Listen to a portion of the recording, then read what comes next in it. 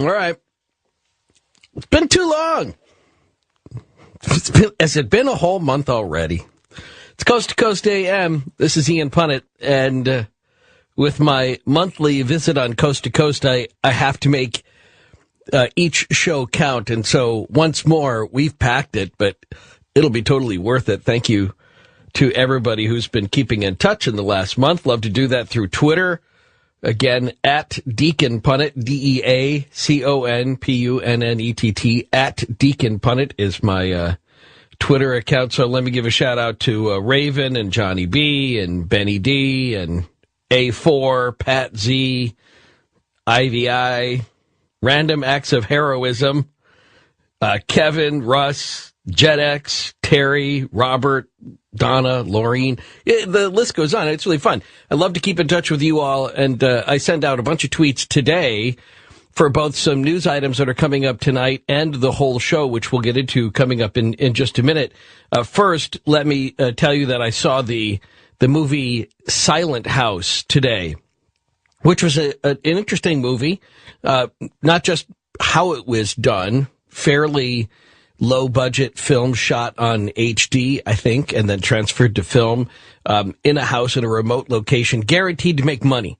This movie is like, it's impossible for this movie to lose money, whereas you see something like John Carter, which opened up this weekend, and it's impossible for that movie to ever make money, it would seem. When the budget was so high that even with a big turnout, and it didn't get it, it would still be suffering at the box office, whereas Silent House was kind of fun to watch, and it's perfect for tonight's topic that we'll get into coming up next hour, and that's Monsters in America, our historical obsession with the hideous and the haunting.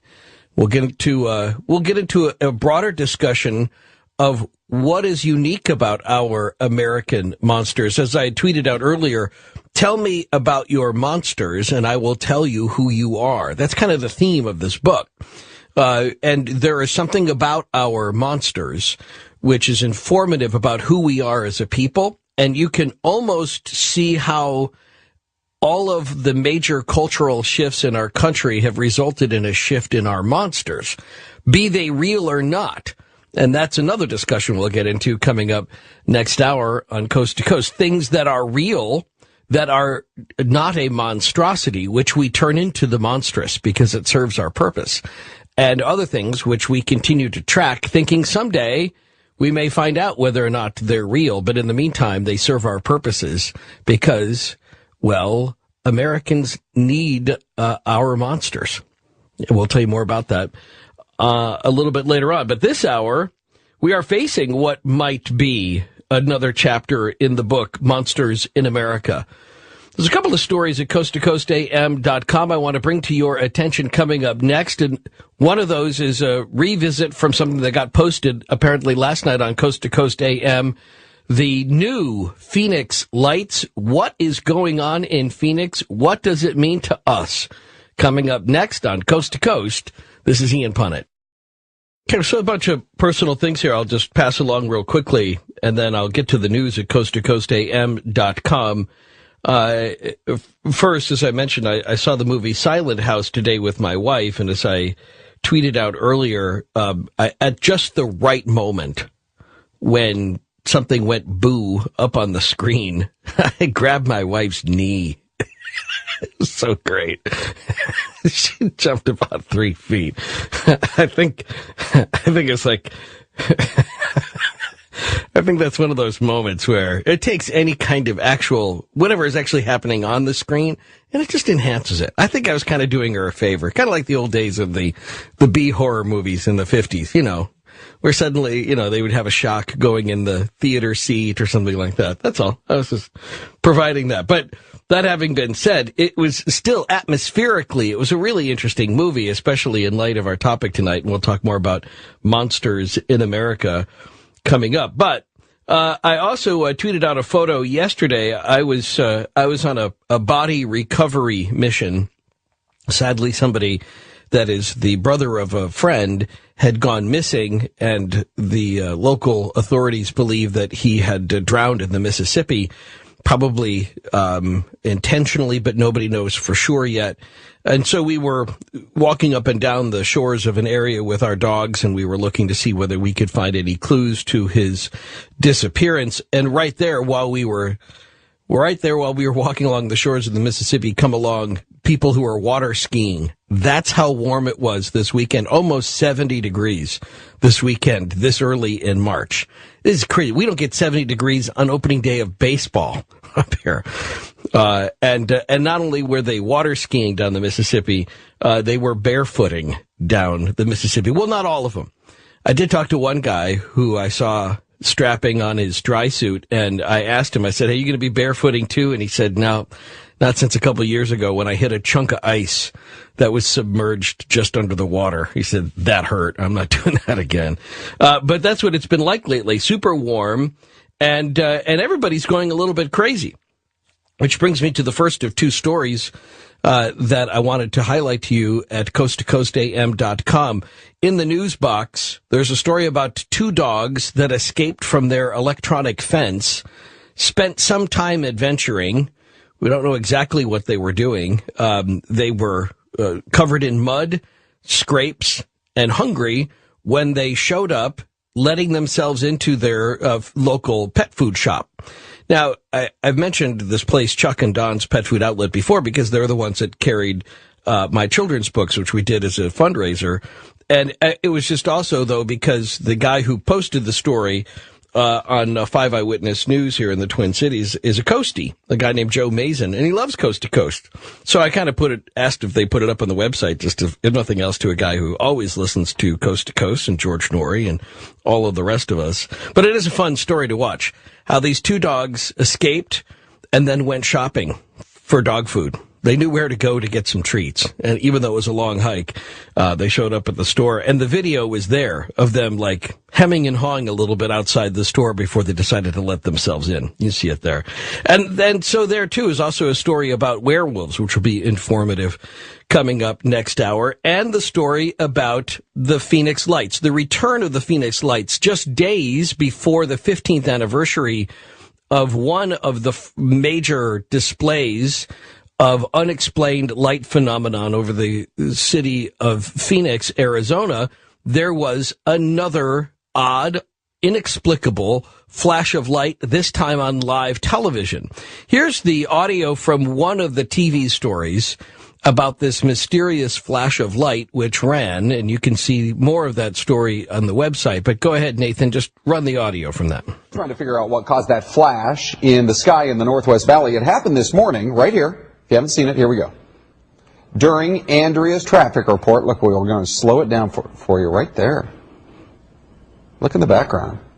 Looks like some kind of very bright light, almost like it was an explosion or something. Our first thought was maybe a transformer. But we checked with APS and SRP. They said they haven't had any trouble. We haven't had any reports of any explosions either. Here it is, one more time for you in slow-mo. So it is still a mystery.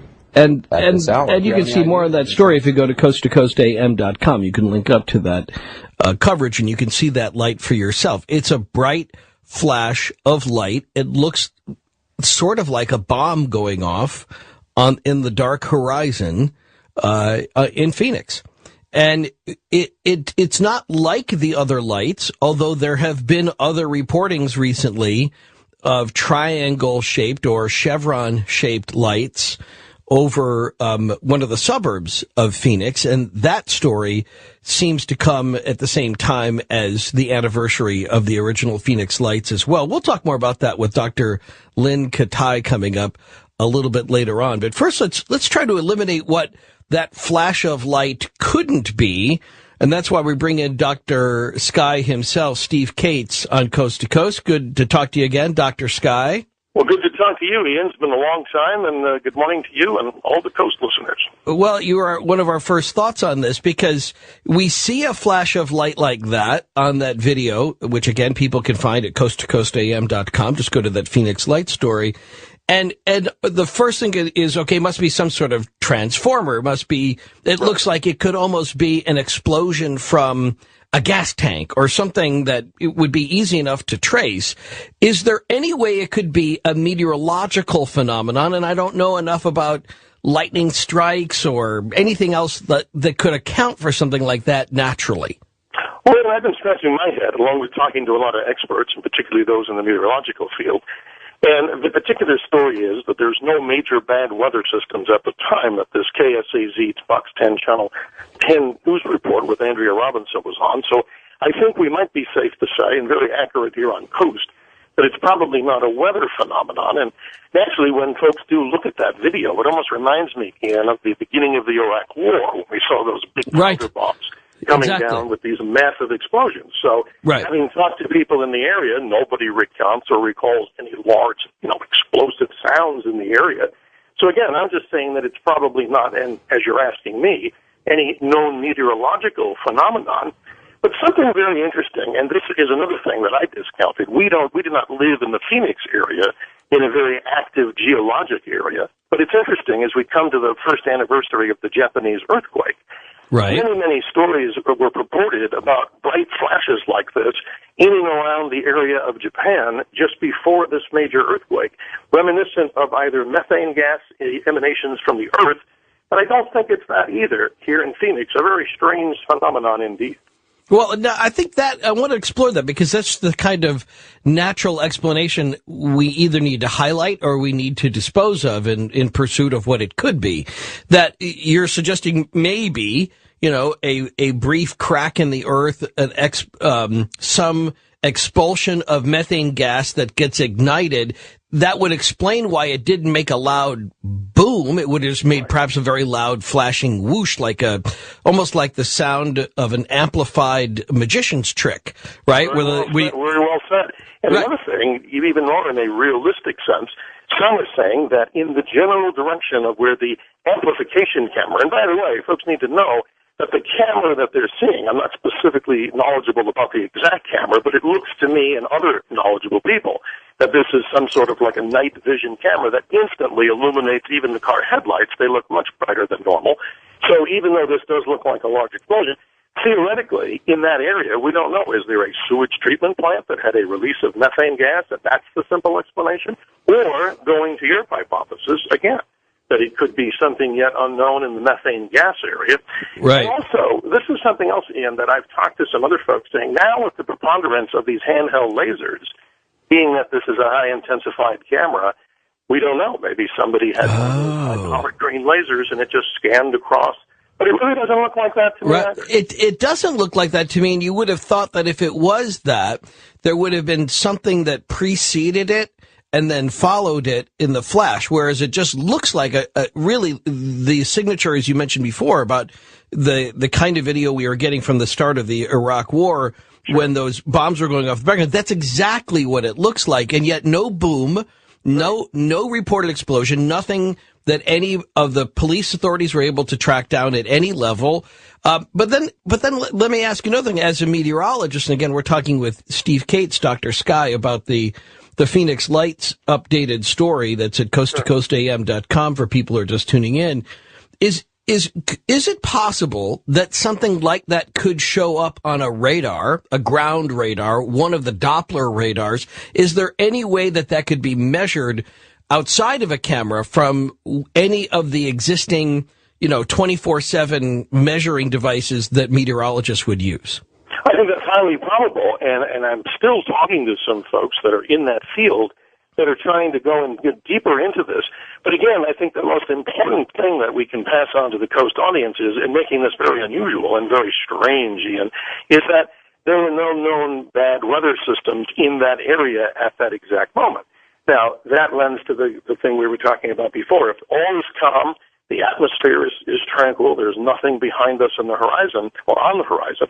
But the interesting part about this, as you notice, this is to me, watching it over and over, a ground-up event. It's not something as if it darts across the sky, as many or anything that we would consider a UFO, meaning anything unidentified, moving through the sky. It simply goes back to the whole concept of being some sort of explosion And again, I'm not too sure at this point to tell the audience. We always want to be honest with everyone out there. But we're still continuing to investigate this. And I find it so amazing. Of all the newscasts that are out there all throughout the world, this is one that's unusual.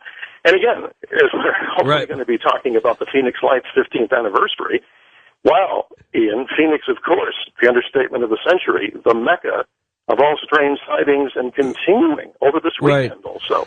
People calling my hotline saying, hey, Dr. Sky, we saw some lights in the southwestern sky. Oh, really?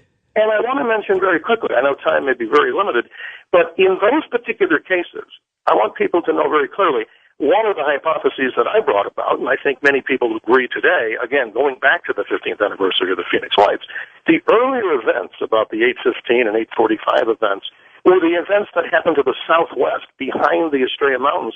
In many people's opinion, still might be the flares, these LUU-2 illumination flares, that known A-10s were dropping. But that's still an active area, that Barry Goldwater test range. And I think a lot of explanations, because I get a lot of phone calls on this, as you would imagine, Ian, here in the local market, on a clear night here in Phoenix with the no pollution or a dark sky, you can see maybe 80 to 100 miles out across the desert, as the bird would fly. Sure. And what I'm saying is that area of the sky, that's probably, and I can't get anybody to call me back from the Air Force bases on this to confirm it, but the truth of the matter is, I think, in my opinion, many of those sightings are probably explainable, but the second part of the Phoenix Lights, with seeing, of course, this massive object coming over Phoenix, I agree very much with your next guest and know her very well and respect her, Dr. Lynn Kitai, about the strange phenomenon that occurred with this craft of unknown origin that sailed across the now sixth largest city in America. Amazing stuff. Well, and thank you for that. And we'll talk with Dr. Lynn coming up in just a second. But before we move on from this, I thought you said something earlier, and I kind of wanted to amplify it a little bit too. And that's this was a Fox story. So this is one affiliate, one local news station got this video. So the fact that the other TV stations, whether they are or aren't reporting it in Phoenix, that may be pretty typical. This would be a proprietary story, so they would end up having to promote.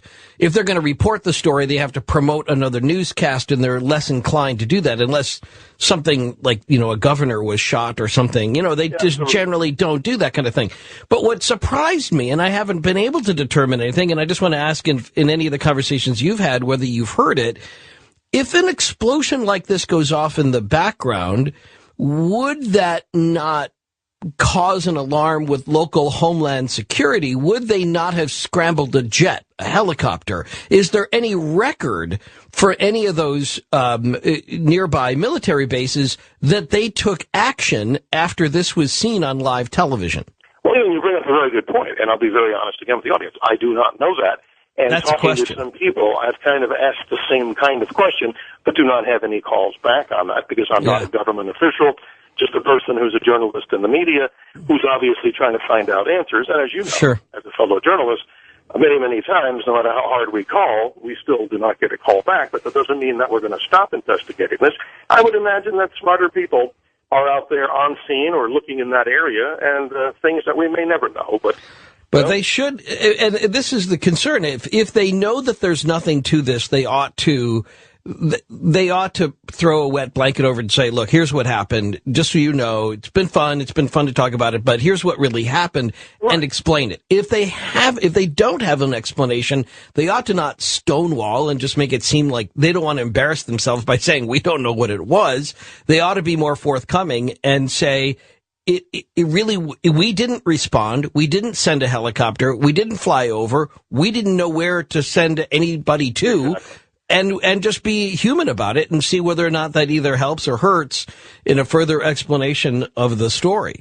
So that's what I want to hear more of. A long time ago, I saw something with my own brother back in 1997. I described it as a twisted pair. We were driving from Phoenix to Vegas, and in a small town, a very dark area of Arizona called Wickiup, we both witnessed a bright flash coming from the ground up, a blue, what I describe as a twisted pair, looking like a big giant DNA strand.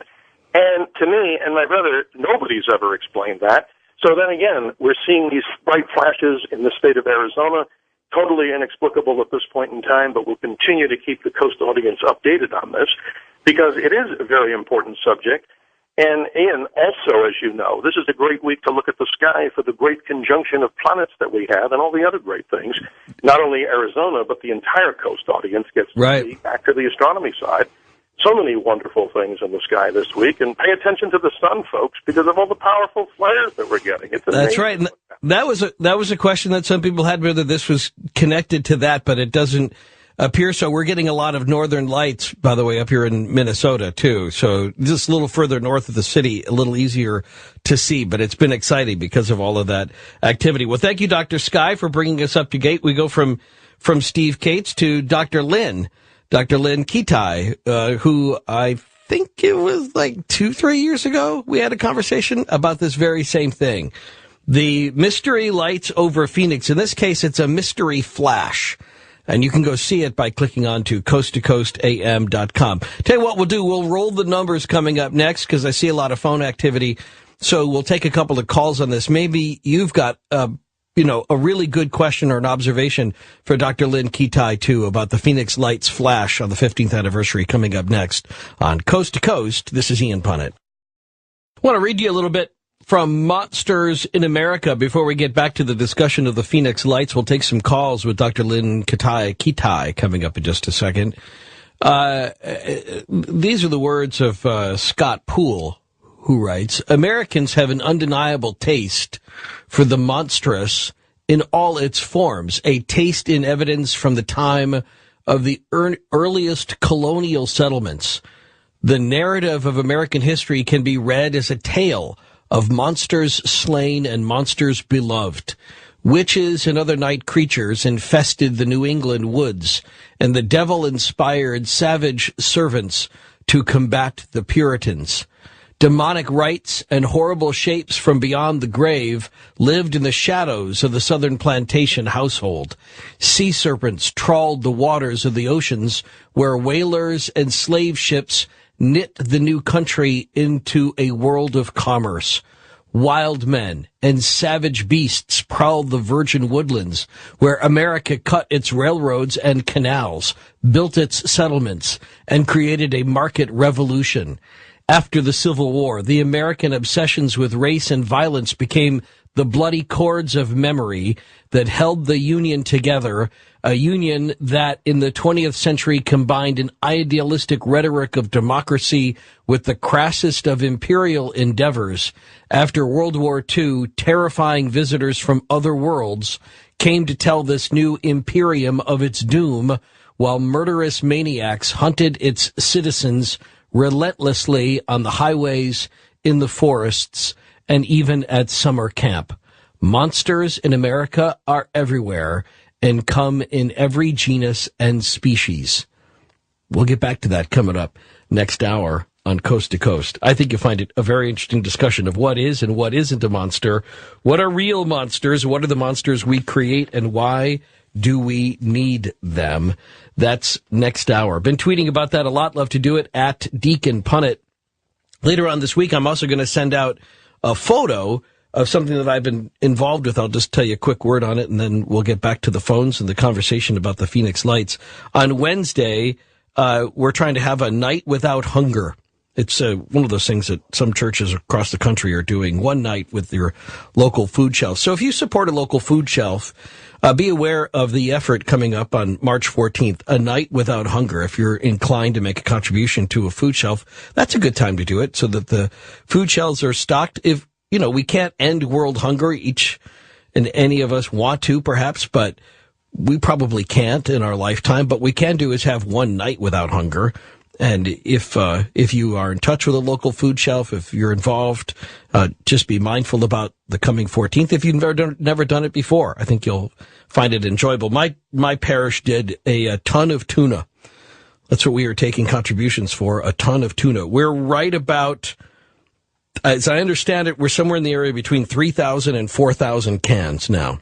We have to get to 6,000 cans if we're going to do an official ton. But, ton is just kind of a general term, too. So as close as we can get to 6,000 cans, that would be great. And I'll be sending out that photo coming up later on this week if you want to follow me at Twitter. Be good to keep in touch with you in the time that we have on the air. And Dr. Lynn Kitai, with whom we like to stay in touch. On the new Phoenix Lights mystery, we put up the photo of the explosion that happened just a few days ago.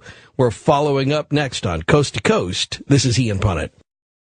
I really enjoyed my conversation many years ago. In fact, I don't know, how many years ago was it, Dr. Lynn, that we last had you on, or at least I last had you on Coast to Coast? Right. It was a couple years ago. It's such a pleasure to visit with you again. And I had just come out with the new version, the latest edition, the third edition of my book, and the Phoenix Lights, A Skeptic's Discovery That We Are Not Alone. And we had a wonderful conversation. And just as an aside, your next hour, you're talking about monsters and all that. I'm going to be talking with George Norrie on Tuesday night, our 15th anniversary day, March 13th. And it's interesting to note, and we're going to get into that more, I'm sure, that there has not been one report in 15 years of harm, threat, or abduction associated with the Phoenix Lights. If anything, it was quite the contrary, and that's fascinating in and of itself. But I agree. New event is also very serendipitous, I have to tell you. Well, let's take a second then to highlight then Tuesday on with George Norrie on the 15th anniversary, talking more about the Phoenix Lights. And thank you for giving us a little time to both promote that and then also to explore this. As we see in this video, which we've linked up at coasttocoastam.com. In fact, Nathan, you want to run it again just a little bit for people. This is the anchor going back over the lights story from just the other day on Coast to Coast. Go ahead, Nathan. Trying to figure out what caused that flash in the sky in the Northwest Valley. It happened this morning, right here. If you haven't seen it, here we go. During Andrea's traffic report, look, we're going to slow it down for you right there. And you can see very clearly this flash on the horizon comes up very bright and very big. Did you see it, Dr. Lynn, from where you were? I didn't see it from where I was, but I did see it on the news. And interestingly, a couple of things. Most anomalies, of course, can be explained, and there's a prosaic explanation, and certainly you have to be prudent and cautious and critical and discerning when you see anything that's strange, particularly strange lights. But what's interesting this weekend, in fact today, we just had a big celebration at the Scottsdale Harkenshay Cinema for the 15th anniversary, and the news media has just been outstanding. I mean, they really have been very supportive in taking this topic very seriously, and I happened to be on the morning show, the Fox 10 morning show yesterday, and also this afternoon they did an interview at the event, and I asked them quite frankly, and actually yesterday we called around while I was there, and SRP and the other power agency, utility. Yeah. Utilities say absolutely it had nothing to do with them, that it wasn't a transformer or any kind of an explosion. As Dr. Sky mentioned, we ruled out weather or something astronomical. Or and earthquakes, the flash that comes before earthquakes, that also got addressed. There was no seismic activity afterward. Right. I mean, they have, and actually Fox actually called Luke Air Force Base, and they had no explanation either.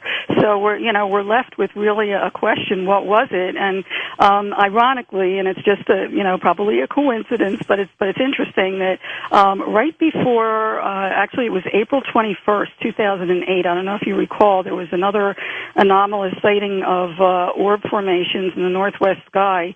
The very next morning, our documentary, which is one of our dozen International Film Festival awards, the Phoenix Lights documentary, was being released by Vanguard Cinema, and that still has a questionable explanation. So that was very ironic, and here we're looking at the 15th anniversary just a few days after this one. So, I don't know if there's any connection at all, but it is an interesting coincidence. And also today, which I think your listeners will find very interesting, we had Navajo Rangers that have now joined forces with MUFON, Mutual UFO Network. These are fellows that have a huge background in law enforcement, and they've had many, many incidents of strange anomalies on the Navajo range that all over the world. They've had them as well, but certainly on the Navajo range that they're now sharing with the public and with MUFON, and they're actually with a case. January 21st, Saturday evening at 7:15, a very interesting case that's still ongoing in Chinle, which is the heart of the Navajo Nation, where two women, a mother and a daughter, were driving their car down a dirt road. This is a very isolated area, an open range with no houses, and they saw a row of white lights like pearls together, about 100 yards long, and suddenly, I mean, this is it sounds unbelievable, but this is their story, and according to the Navajo Rangers, they're very credible people. Suddenly it rose 3 stories like a building, and in their own words, they quoted it looked like a city with windows, white, orange flashes of light. Then the lights went out, and suddenly there was a huge flash, similar to what we just saw in the traffic report. And they actually saw, with this flash, a dome-shaped black craft. And the mother wanted to get out of drive towards it, and the daughter was a little freaked out, so they sped away. And actually, the daughter tried to take a picture of it. Their camera's battery was charged, but went dead. And then after the sighting disappeared, the camera went back on. So that's, it's very interesting that they told the story today. Right. Of all times.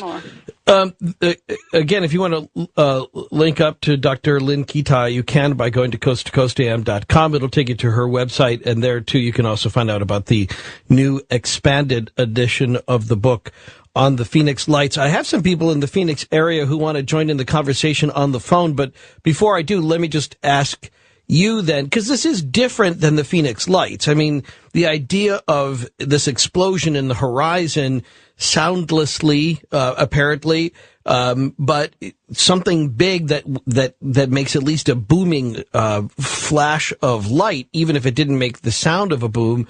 That this may not be connected to Phoenix Lights, but if it is, in what way do you see these two things connected? As I said, only in timing as far as that goes, because as far as the descriptions, and we're talking, on March 13th, for anybody out there that's not familiar with what happened here, and by the way, the Navajo Rangers also revealed today that there was another sighting the day before the mass sighting up in the Navajo Nation of these orbs that were circling counterclockwise, and the whole town actually got out of turned off their lights of their homes, went outside, got in lawn chairs, and watched this show for about a half an hour. So there were things going on, and I was documenting strange anomalous lights for weeks before as well. But on March 13th, we're talking many events happening throughout the state. Sure. Orb formations, these balls of light in rock-solid, mile-wide V formations, where even the air traffic controllers at Sky Harbor International Airport described them as balls of light, points of light that seemed to be attached to something, but they couldn't quite see what it was attached to, like there was a force field between them and people underneath it when it actually glided right over people's heads, about rooftop level, and they would see that there was something in between these orbs that was blocking out the stars. Other people actually saw craft, and there were multiple craft throughout the state for many hours. We're not talking 1 or 2 events, but many events for many hours, and we'll talk more about that on Tuesday. But if they want to get to, if anyone wants to get on the website, thephoenixlights.net, and look at the photo page, I have a unique collection of photographs of these anomalies. I bet you do. But also the GAP page, GAP, very interesting, 12-year compilation of hundreds of reports to the National UFO Reporting Center in Seattle, Washington, Arizona MUFON, Village Labs, which was a clearinghouse here, computer lab, during the mass sighting and after, as well as the Councilwoman former Vice Mayor Frances Barr, which she received about 1,000 reports. And you can see 8 or 9 different crafts that people actually noted. So there were many events going on, and very different from this flash, as you say. But, then again, the Navajo Rangers said that these flashes have been happening up in their reservation. First-time caller line, Derek is in Chandler, Arizona, on Coast to Coast. Dr. Lynn Kitai. Hey, Derek. Hi, how's it going, Ian? Dr. Good. Kitai, Did you see the lights by any chance yourself? I did, actually. I watched it was actually on YouTube. I didn't catch it live, but I was in the area, and it's kind of interesting because I track solar activity as far as like CMEs, coronal mass ejections, things like that. Mm-hmm. And what I think, to me, I used to live in California, and occasionally during earthquakes, they would have transformers explode. And that's what it looked like. And I know that one of the things you guys fell back on was the utilities companies saying that there wasn't any activity. I believe what they may be doing is kind of shadowing the fact that their networks and grids are subject to that solar flare activity, because it would create, undue panic, in my opinion.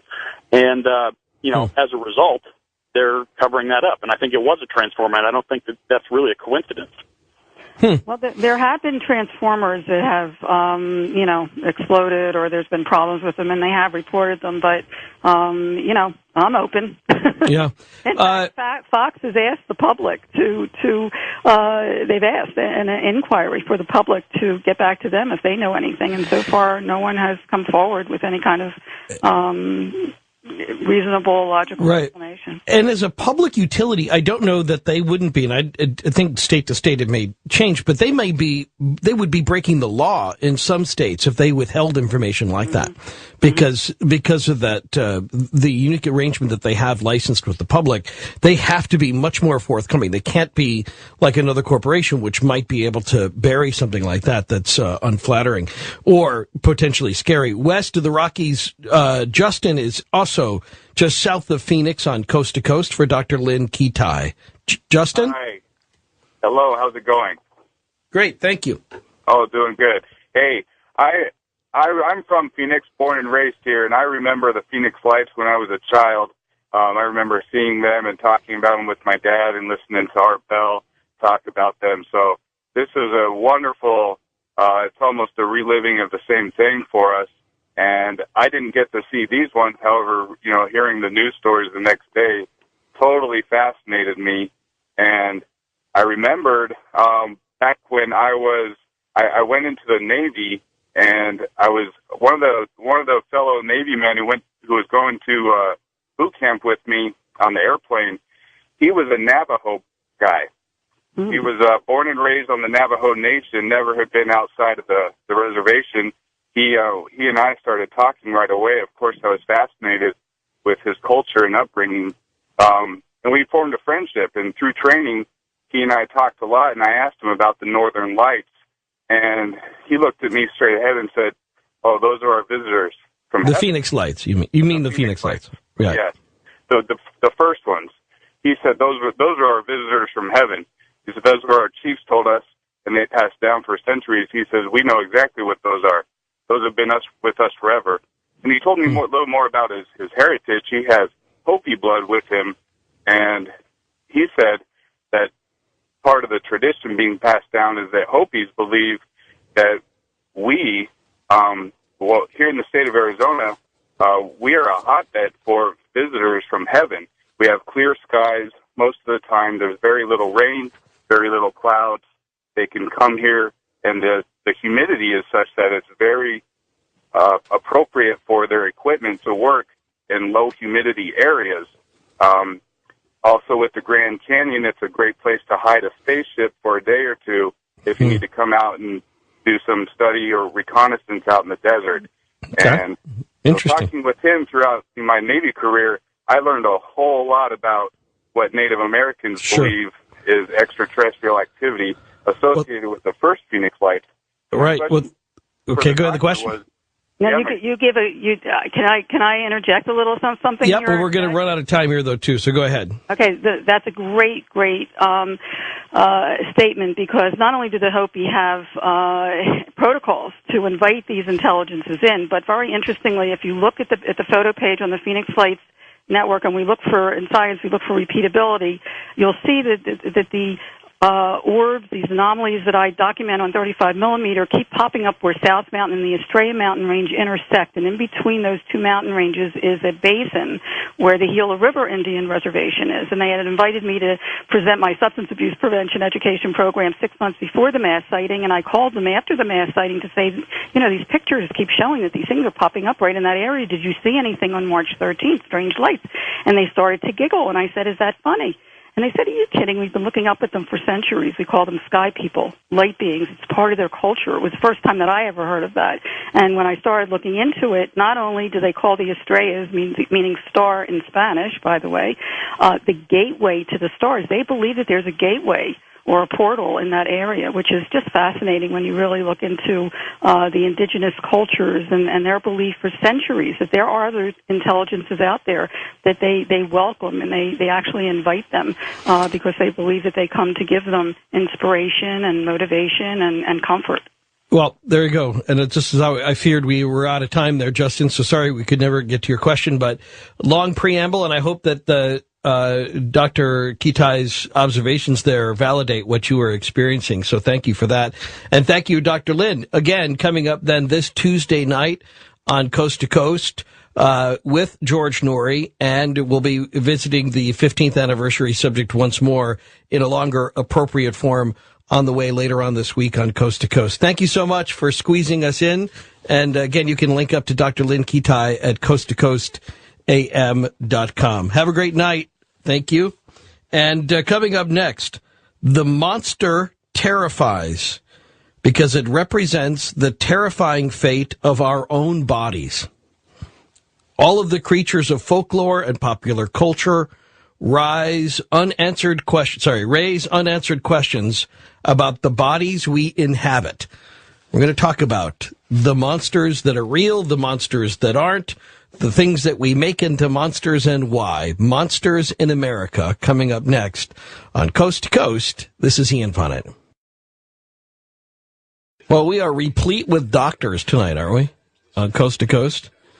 As you heard last hour on Coast to Coast, we had Dr. Sky on, Steve Cates, talking about the meteorological possibilities that would explain that recent flash that happened in the horizon sky of Phoenix. And then we had Dr. Lynn Kitai. She's a medical doctor who resides in Phoenix, who was originally very much a skeptic about the Phoenix lights until having witnessed them herself, exploring them, trying to dismiss them, and has written one of the definitive books on them, coming up on the 15th anniversary of that. And now Dr. W. Scott Poole, who is a man who grew up, as his bio says, in love with monsters, like most of us, but now he's a tenured professor of American history at the College of Charleston, South Carolina. He teaches pop culture classes and also talks and writes about monsters in America, our historical obsession with the hideous and the haunting. These are my favorite kind of books because we don't just deal in fact here, but we pursue truth, as we will in the show tonight. And tonight, we'll be talking about the marginalized, or as he writes here, the marginalized are the monstrous, and the monstrous is marginalized. The monster, more than our fears, also represents our hatreds. Whatever makes us lose our lunch, whether natural or supernatural, can be defined as a monster. The monster is the sickening other. Well, I'd like to start this conversation with where we left it off on what Dr. Lynn Kitai said about the Phoenix lights and what Dr. Poole himself might have to say about that kind of alien invasion. It's one of the chapters in the book, Monsters in America. We'll get started next. On Coast to Coast, this is Ian Punnett. I learned many new things in Monsters in America, our historical obsession with the hideous and the haunting. Good work, Scott Poole. Thanks very much. I enjoyed writing the book, and I'm really looking forward to talking about it with you for a while tonight. Good. Well, quite a while. Thank you for... we've had a long time together, I understand. This probably isn't the usual 10-minute radio hit you're used to doing. But also part of this because I've read, I think, right up until the chapter on the undead in America, and I look forward to finishing the book later on. But I'm very interested in both some of the themes and then some of the new concepts even that I think you're pushing, and I really want to get to that. But before we do... Sure. Let's go back a little bit. Yep. And I know that you talk about the concept of the alien invasion and what that meant to us from the 50s and the 60s in the book. But here you have an unusual circumstance, and I just like your reflection on it in any way that it hits you. Okay. that, here in the city of Phoenix, they have had 3 separate major citywide contacts with lights that have come in, been fairly orchestrated. One person claimed that they had done this, but I don't believe that person was ever able to reproduce that on demand.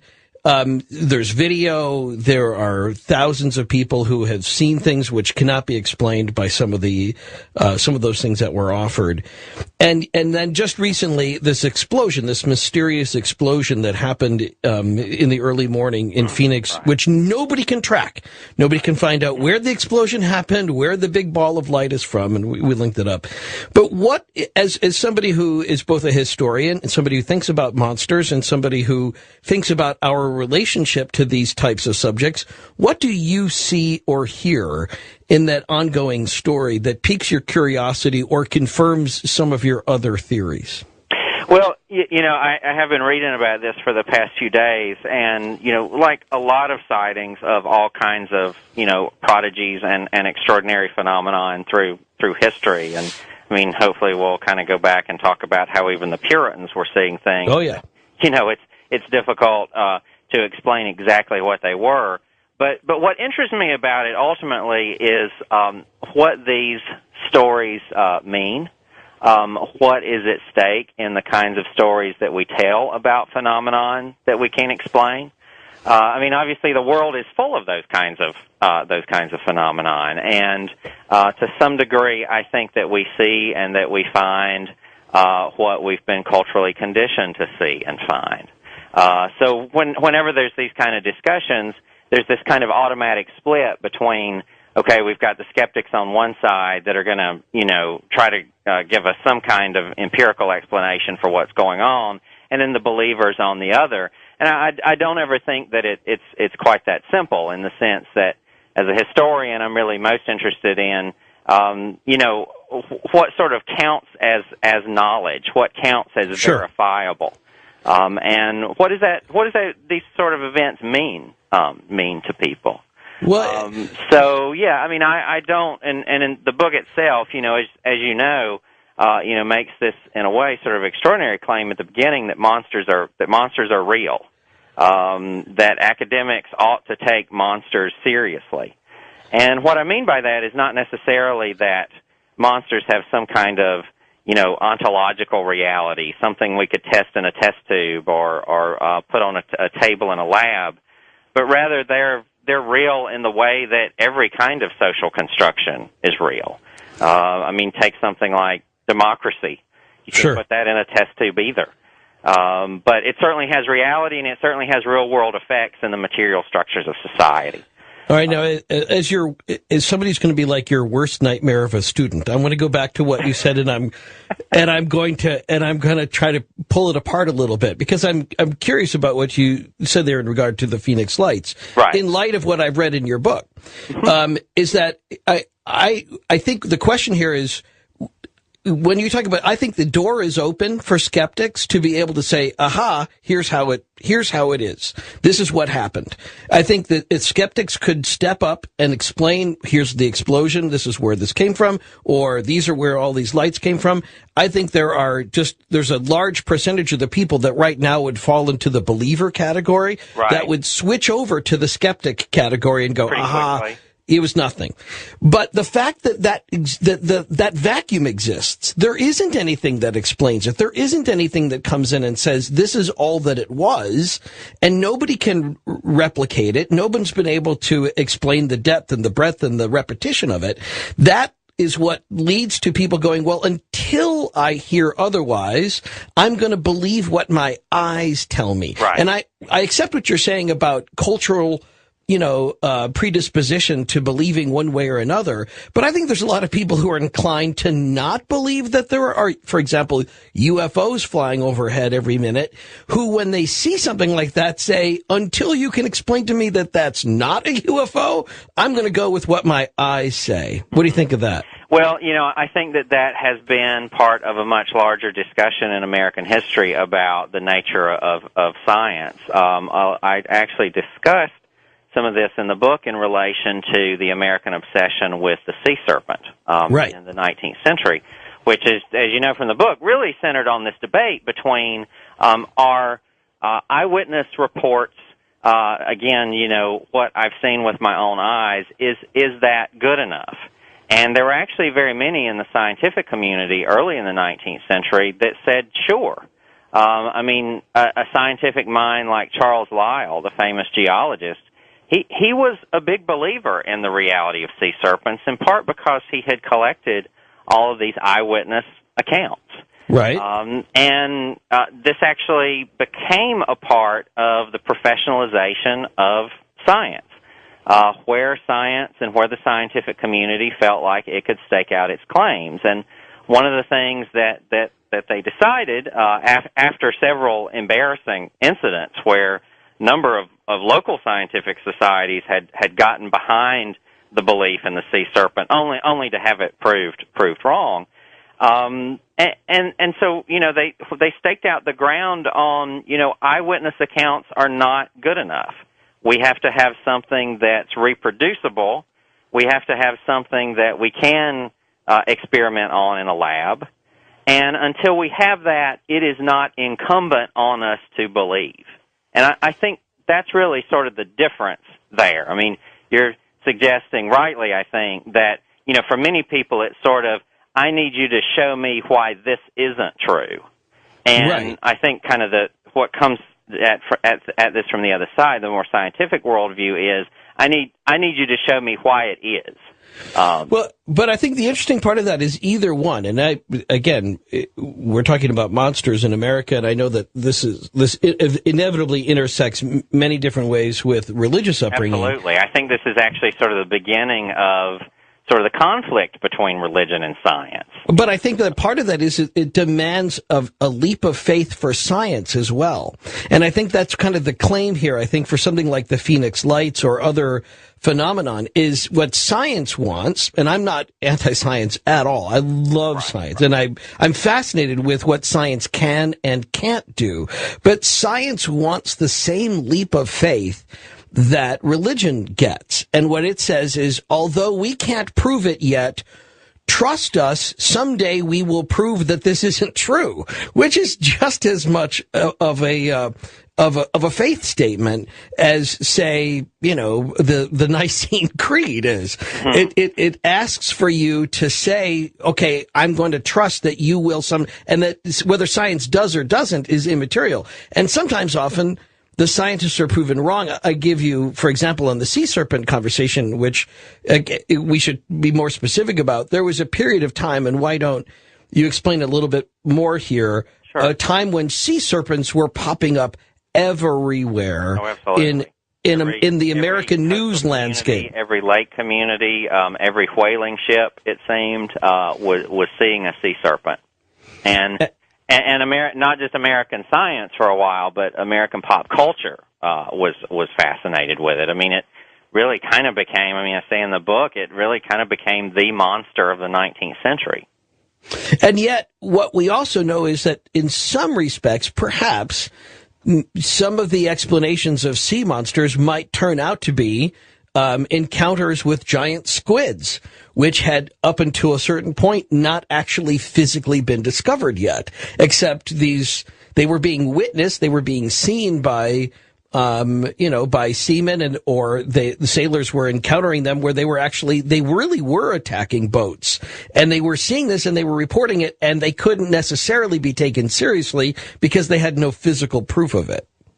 Well, I think that's true. I think it is important to note, though, that, early on, you really before sort of the professionalization of science and, the whole idea of kind of peer-reviewed research and the connection of science to the modern university and that kind of thing, that there was something more like what you described in terms of science asking a leap of faith to be made.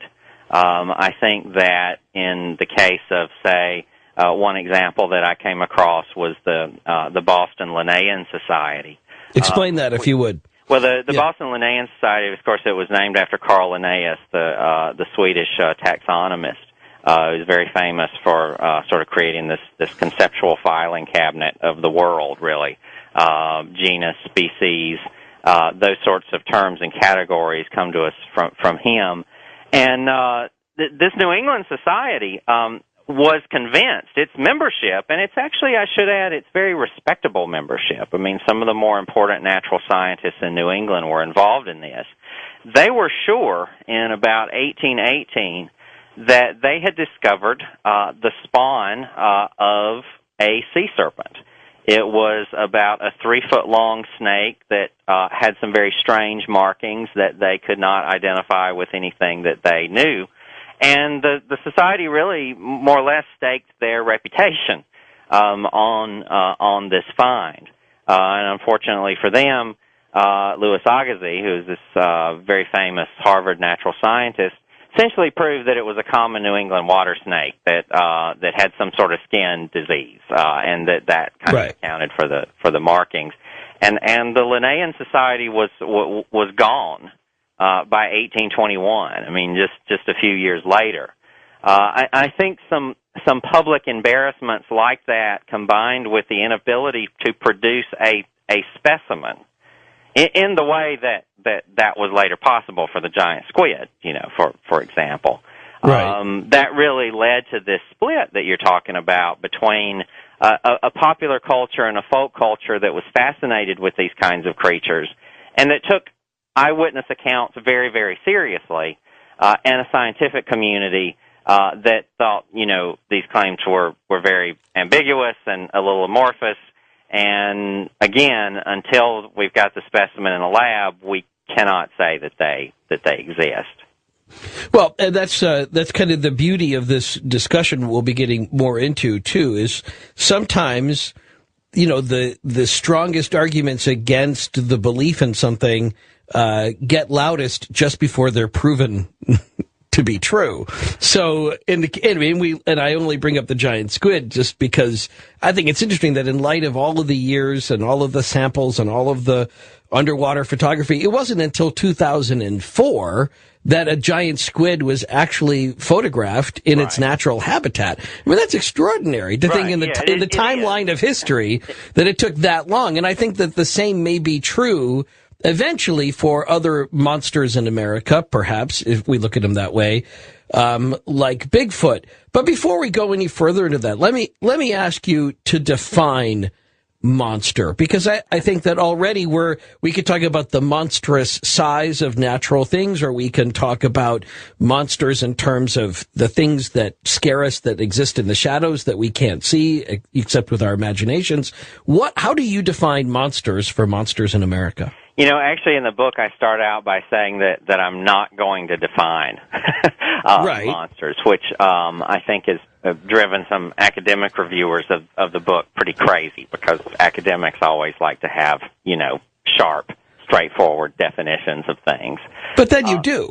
Well, I do in the sense that I think a historian defines any kind of reality. The reason I say I'm not going to give an abstract definition of the monster is that the monster has been different, and its meaning has been different in different periods of history. If I could go back to my example of the concept of democracy, it's hard to give an abstract definition of that, because it meant something very different in 5th century Athens than it does in 21st century America. And so, it's really important, I think, to examine monsters in their historical context. The fact of the matter is, the things that scare us change. The things that make us uneasy about the world change. We're talking about alien sightings here. That was not a monster in America before the 1940s. Really before 1947. And it's also the case that, anybody that you talk with horror films about will say that, when they look back at the horror films of the 1930s and the classical Universal Studios monsters, Dracula, Frankenstein, the Wolfman, one of the first things people say today is, that they're just not very scary. They're not particularly frightening. But people in the 1930s were scared of them. And my sense is that that's because monsters are products of the context that they come out of.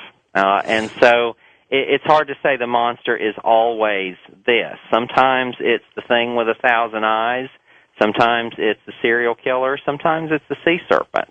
And it all depends on the historical context. You know, I think what's true is that if we went back in time and we looked at the monsters of past generations, today's generation would not be scared. But if we took today's monsters and we went backward, we would scare the living bejesus out of every person on the planet. If we showed them the movie Saw in the 1938, can you imagine the impact that would have had? And it's so, our monsters today, to make your point, reflect a very different place where we are culturally, but we'll get into that coming up next. Monsters in America, our historical obsession with the hideous and the haunting. There's a lot to get to here, and I do want to pick up that conversation then about Bigfoot and about some of the other monsters, beings that were once considered monstrous, which are now thought of in a different context. We don't talk about Bigfoot as being a monster anymore. And I want to offer a working definition that I have of monsters to Scott Poole, and we'll see if that doesn't inform the conversation too coming up. Also, thank you everybody who's responding on Twitter, getting a kick out of your live reactions. You're always welcome to stay in touch that way. At Deacon Punnett is my Twitter account, and I tweeted out earlier, tell me about your monsters and I'll tell you who you are. That's the subject here. Monsters in America. We'll learn about that coming up next on Coast to Coast. This is Ian Punnett. Learning about the history of America through the eyes of our monsters. Monsters in America. Well, more on that coming up on Coast to Coast. And also then later on this week, if you missed it in the first hour, it's always worth going back and grabbing it through the Coast Insider. We talked a little bit about the Phoenix Lights, I guess we could say it 2.012. The latest version of that was this mysterious explosion that happened the other day, and that conversation will continue coming up this Tuesday night with George Norrie on Coast to Coast. But back to Monsters in America, picking it up with Bigfoot and maybe some of the earliest monsters in America that you never heard of, that were just as real as our monsters are today. And who are our monsters today? Are they much more real than we like to think of them? But have they taken the place in our hearts and minds where there used to be boogeymen? Coming up next on Coast to Coast, this is Ian Punnett. So, Dr. Scott Poole, Monsters in America is the book. The early settlers, the early colonialists, as you argue, came here from other countries. They had European monsters as their backdrop, but found new monsters in America, things that scared them like crazy, things that they were convinced they saw, things that might in fact in some form have been there. It's just through their lens they saw them differently. What are some of the earliest examples of monsters in America? Well, in many ways, the first monsters that Europeans believed that they were encountering were the Native Americans. And they had sort of been informed by that belief through sort of this long-running tradition, this idea that actually goes all the way back to Homer and to Pliny and to others, who had written about these monstrous races that lived in other parts of the globe, monstrous races that were sort of out beyond where the maps ended. And this had long been an expectation on the part of many Europeans that, once they broke out not only into the New World, but also into Africa, that they would discover all kinds of monstrous beings. And so they were sort of prepared for that in a way when they encountered Native American people. This was in part related to the idea, which became very common in Europe during the early modern period, that the New World was essentially full of cannibals. Now, cannibalism actually is ethnographically is a pretty rare phenomenon. When it does occur, it usually occurs in sort of ritual-type circumstances, like we know with the Mexica, the Aztecs. But Europeans were absolutely convinced that the entire New World was filled with cannibalistic peoples. And so a lot of the early representations that the English, that the Spanish, that the Dutch were looking at of what they were expecting to see when they got here really involved a monstrous vision of the New World, and that carried over pretty directly into the early treatment of Native Americans. You see that in particular, I think, with the Puritan treatment of the Native Americans, who people who were never really interested in converting the people that they found here, but really wanted to wipe them out. Right. Really pursued a sort of a genocidal policy against many of the Indians in what's today New England. Well, you talk about an incident, I have to say, I'd never heard of. Mm-hmm. Although I guess it was not uncommon. It was, I hate to think it's as relevant as this news story from over the weekend where this soldier in Afghanistan went rogue, was apparently, he's accused of being drunk and maybe having some mental issues, and went and murdered all of these innocent Afghans, basically sleeping in their beds. And this possibly a group of soldiers. I think it's actually not clear yet. Oh, really? Okay. Well, I'd heard just about the one. But regardless, the fact that this happened, I was reading your book while I was watching that news story, and in the book, you talk about how at one point some of the early settlers went on a murderous rampage and just killed everybody in a village, just almost seemingly out of some kind of mental snap, where they just were trying to eliminate their fear by going into these villages and killing everybody. It sounded like the My Lai massacre. Yeah, I don't know if I would characterize it as a mental snap, and the reason I say that is, this was part of the Pequot War, at least one of the incidents that I talk about in the 1630s. It was carried out by Puritan militia. And the Puritans, as we know, we know them, I guess, most folks know them mainly through the witch trials, and they had this real sense that they were surrounded by satanic powers on every side, and the native peoples represented that to them, witches represented that to them, even various kinds of natural phenomenon. Black bears, they were convinced were diabolical creatures of some kind.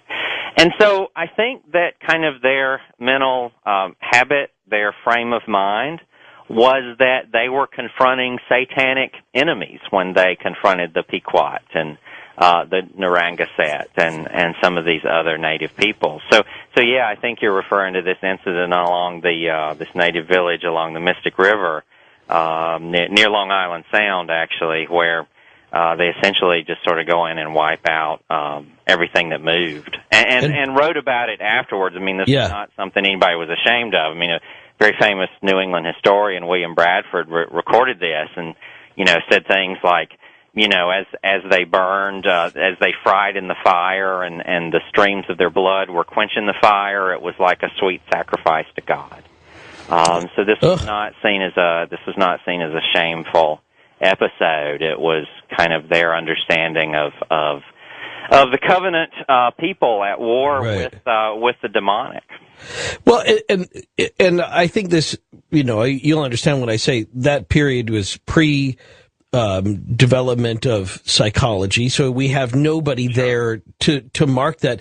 If the past is prologue, sometimes we look at what goes on today, and we can also reflect backward too and say, when people snap, they snap, and they may be very proud of the fact of what they did. That may also cover for the fact that there's a secret shame, that they know that something's wrong that they did, and so they become boastful about it, because it helps the bluster helps cover up whatever they may actually have been feeling about how wrong it was to do what they did. But maybe I'm just cutting them too much of a break. And I understand what you're saying. I mean, there is this tendency to reframe horrific acts and either rationalize them or justify them. I mean, that happens again and again in discussions of America's 20th century foreign policy in many ways.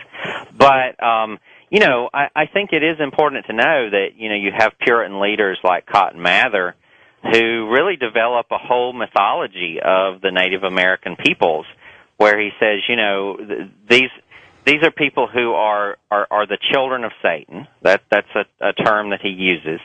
The reason that they are here in the New World is that the devil lured them here so that they would not come in contact with the gospel. And so they are a completely benighted people. So benighted, in fact, that genocide, not a word he used, but it's right. How we would describe it, is really the only justifiable. War to the knife to the hilt, as they put it in those days. So yeah, I don't know how much guilt that the Puritan consciousness had about this. They believed they were destroying monsters. And yet there's also a thread that starts sometime after that with beings in the woods that we still have to this day. And I think Bigfoot is a good example of that. At one point, we look at the images of Bigfoot and the descriptions of Bigfoot, and they are very monstrous. They talk about Bigfoot as being, almost a demonic beast that was going through and looking to grab children, and were, and that these tribes of Bigfoot were had been organized and were the enemy.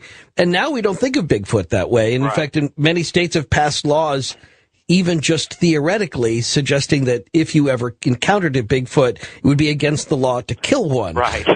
And that's a long way from where Bigfoot started. In a way, what we see is the evolution of something like a Bigfoot, whatever it is, whatever Bigfoot is, away from being considered a monster. Right. Well, I would say though about that pre-1950s, which of course it's late 1950s, that you have kind of the classical formulation of the Bigfoot myth. Before that time, it's really hard to find a creature or a set of creatures that are identifiable as what becomes Bigfoot.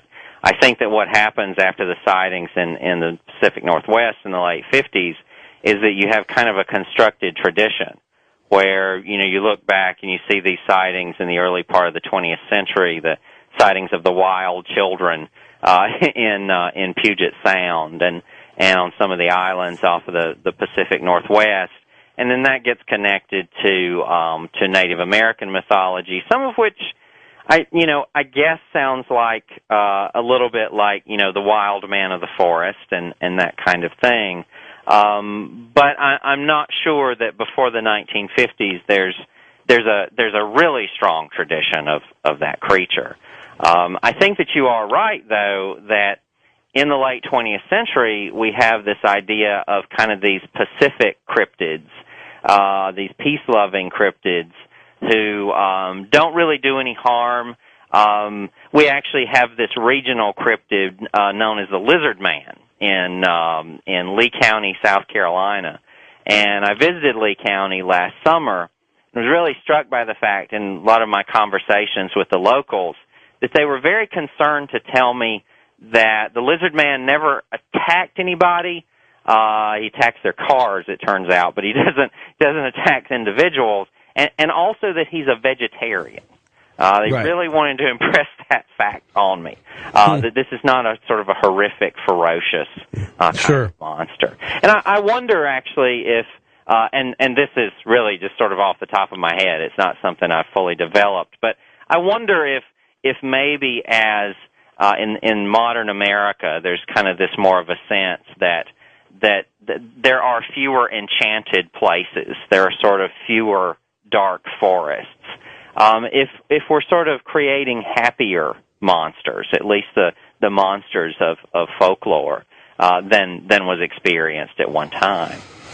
This may be a point of disagreement between us, but I'm not sure I'm I'm willing to use the word folklore as casually when it comes to Bigfoot. And I say that because I've had on the show a couple of times, and I know other people have too, Dr. Jeff Meldrum, who is an academic who's been studying Bigfoot, and as a biologist, as a zoologist, he's convinced that there is something there. It's not, to him, it's not he thinks the folklore is built around it, much like at one time folklore had been built around giant apes.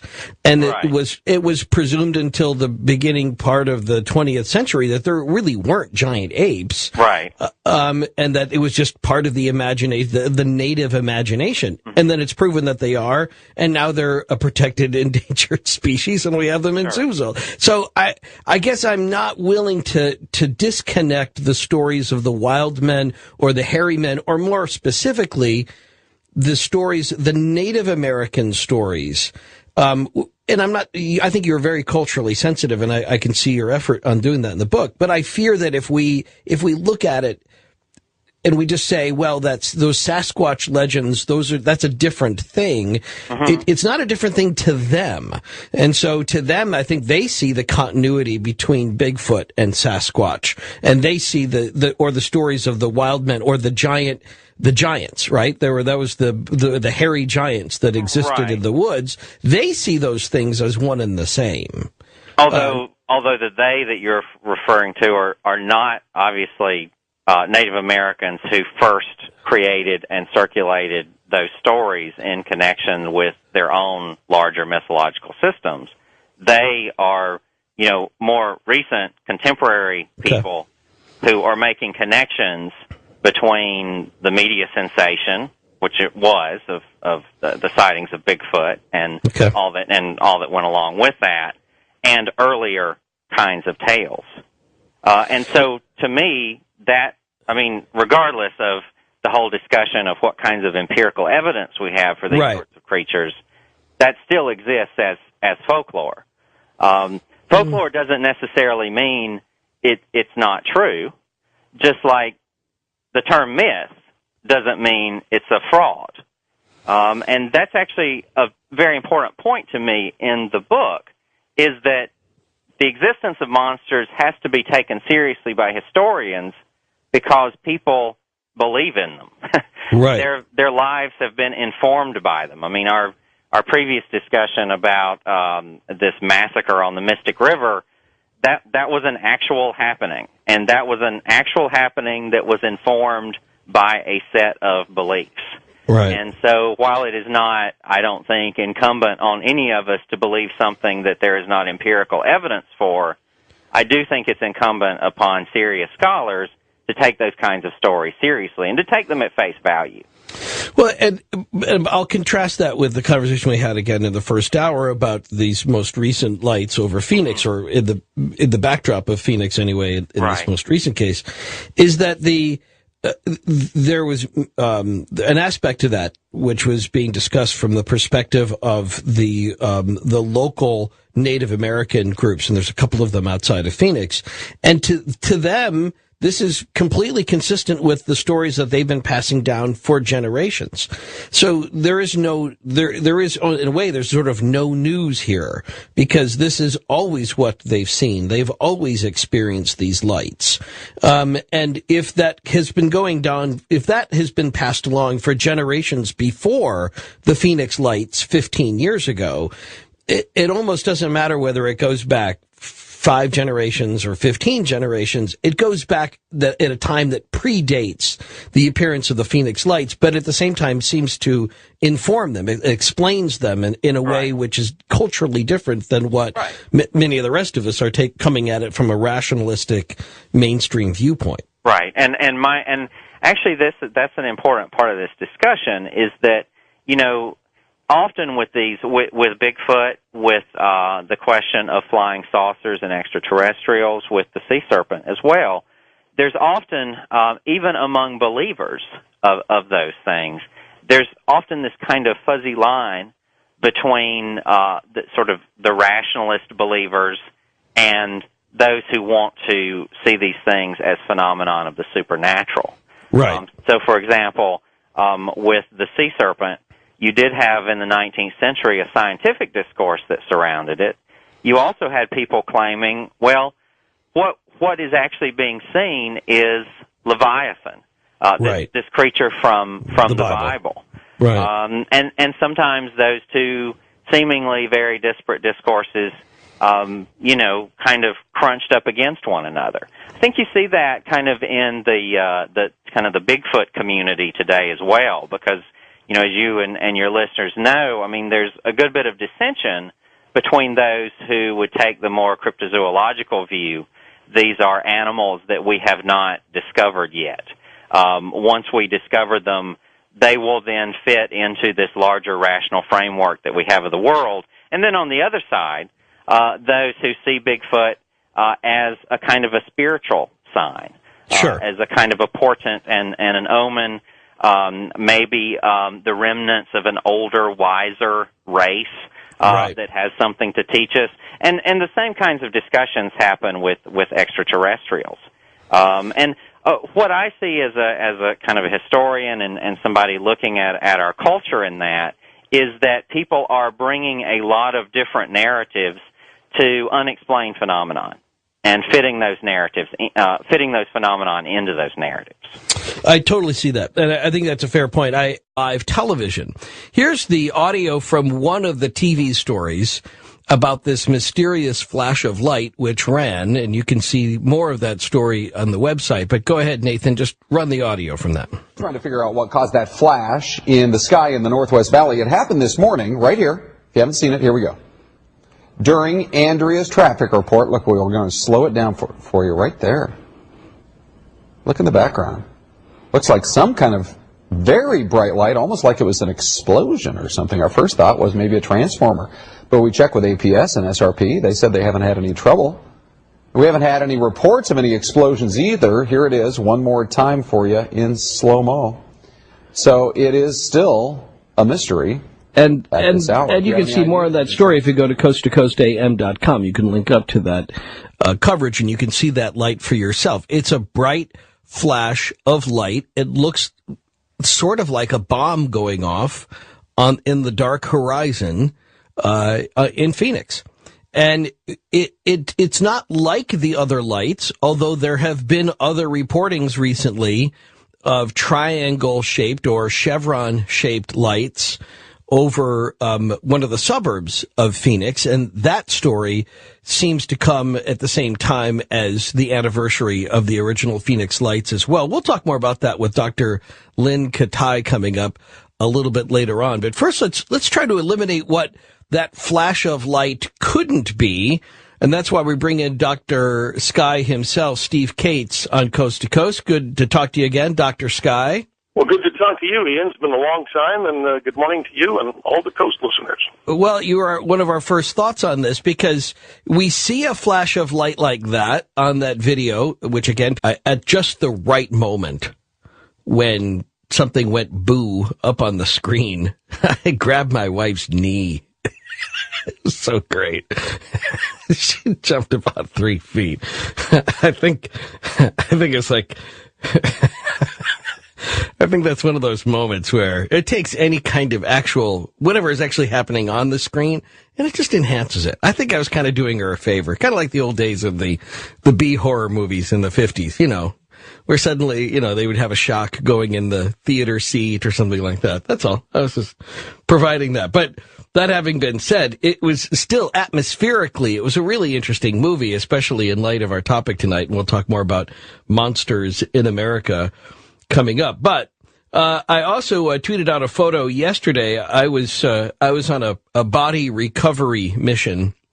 Sadly, somebody that is the brother of a friend had gone missing, and the local authorities believe that he had drowned in the Mississippi, probably intentionally, but nobody knows for sure yet. And so we were walking up and down the shores of an area with our dogs, and we were looking to see whether we could find any clues to his disappearance. And right there, while we were walking along the shores of the Mississippi, come along people who are water skiing. That's how warm it was this weekend. Almost 70 degrees this weekend, this early in March. This is crazy. We don't get 70 degrees on opening day of baseball. up here. And not only were they water skiing down the Mississippi, they were barefooting down the Mississippi. Well, not all of them. I did talk to one guy who I saw strapping on his dry suit, and I asked him, I said, hey, you going to be barefooting too? And he said, no, not since a couple of years ago when I hit a chunk bar.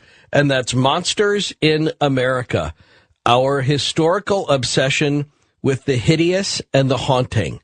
We'll get into a broader discussion of what is unique about our American monsters. As I tweeted out earlier, tell me about your monsters and I will tell you who you are. That's kind of the theme of this book. And there is something about our monsters which is informative about who we are as a people. And you can almost see how all of the major cultural shifts in our country have resulted in a shift in our monsters, be they real or not. And that's another discussion we'll get into coming up next hour on Coast to Coast. Things that are real, that are not a monstrosity, which we turn into the monstrous because it serves our purpose. And other things which we continue to track, thinking someday we may find out whether or not they're real. But in the meantime, they serve our purposes because, well, Americans need our monsters. We'll tell you more about that a little bit later on. But this hour, we are facing what might be another chapter in the book, Monsters in America.